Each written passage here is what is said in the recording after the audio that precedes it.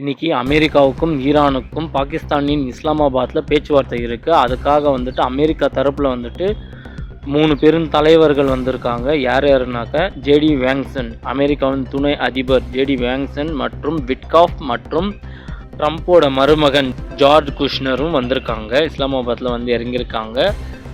அதோட காட்சிகள் தான் நீங்கள் இப்போ பார்த்துட்ருக்கிறது. அவங்க இஸ்லாமாபாத்துக்கு வந்து இறங்கியாச்சு. அடுத்தது வந்துட்டு பார்த்திங்களானாக்கா ஈரான் சைட்லேருந்து சில முக்கிய தலைவர்கள் பாகிஸ்தானின் இஸ்லாமாபாத்தில் இறங்கியிருக்காங்க. ஈரானின் ஃபாரின் ஸ்போக்ஸ் பர்சன் வந்துட்டு ஒரு ட்விட்டர் போட்டிருக்காரு. அதில் என்ன போட்டிருக்காருன்னா, ஈரானின் முக்கிய தலைவர்கள் பாகிஸ்தானின் இஸ்லாமாபாத்துக்கு வந்து இறங்கியிருக்காங்க. பாகிஸ்தானின் அஃபிஷியல்ஸ் மட்டும் கேட்டதுனால வந்து இறங்கியிருக்கோம். அவங்க கூட தான் நாங்கள் பேச போகிறோம் அன்னு சொல்லியிருக்காரு.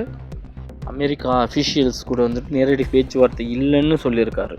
அமெரிக்காவோட அதிபர் டொனால்ட் ட்ரம்ப் அவர்கள் என்ன சொல்லியிருந்தாருனாக்கா, இஸ்லாமாபாத்தில் வந்துட்டு ஈரானும் அமெரிக்காவும் நேரடியாக பேச்சுவார்த்தை நடத்த தான் பிளான் பண்ணியிருக்கோன்னு சொல்லியிருந்தாரு.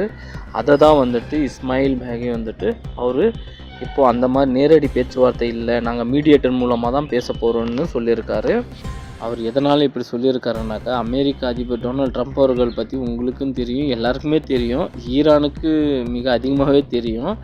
இப்போது ஒரு வார்த்தை பேசுவார், கொஞ்ச நேரம் கழித்து அது இல்லை வேறன்னு சொல்லி பேசுவார்.